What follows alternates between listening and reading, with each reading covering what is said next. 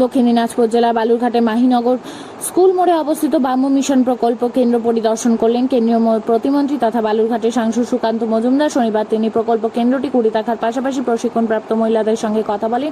প্রসঙ্গত, প্রায় 1 বছর আগে তার উদ্যোগেই প্রশিক্ষণ কেন্দ্রের সূচনা হয়। কেন্দ্রটিতে বাঁশ ও বেতের বিভিন্ন সামগ্রী তৈরির প্রশিক্ষণ দেওয়া হয়।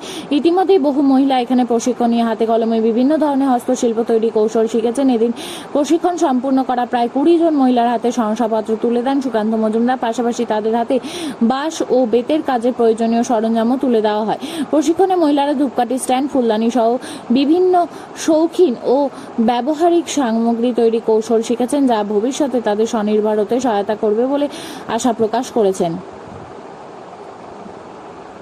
আপনারা জানেন, প্রায় 1 বছর আগে আমরা এই এনইসি বিডিসি সহযোগিতায়, যা নর্থ ইস্ট ডেভেলপমেন্ট যে আমাদের কাউন্সিল তার একটি অন্যতম সংস্থা, তাদের সহযোগিতায় আমরা এখানে বেত এবং বাঁশের কাজের প্রশিক্ষণ কেন্দ্র তৈরি করেছিলাম এবং তারপর থেকে সেই প্রশিক্ষণ কেন্দ্রে আমাদের এখানকার মহিলাদের প্রশিক্ষিত করার ব্যবস্থা করা হয়েছে।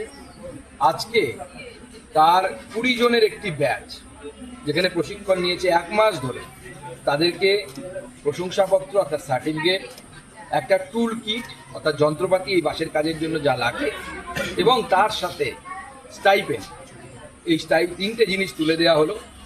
এনএসিবিডিসির যিনি প্রজেক্ট ম্যানেজার পুলক মণ্ডল তিনি উপস্থিত ছিলেন, বালুরঘাটের এসডিও এবং বালুরঘাট ব্লকের বিডিও সাহেব উপস্থিত ছিলেন এবং অন্যান্যরা উপস্থিত ছিলেন। এখানে মহিলারা ট্রেনিং নিয়ে ধূপকাঠি, ধূপ,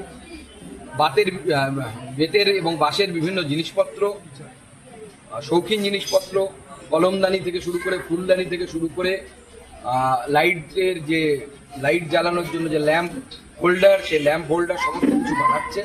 আগামী দিনে এটাকে আমরা এদের কর্মসংস্থানের অন্যতম উদ্যোগ হিসেবে পরিণত হবে এই আশা রাখি। দাদা, আজকে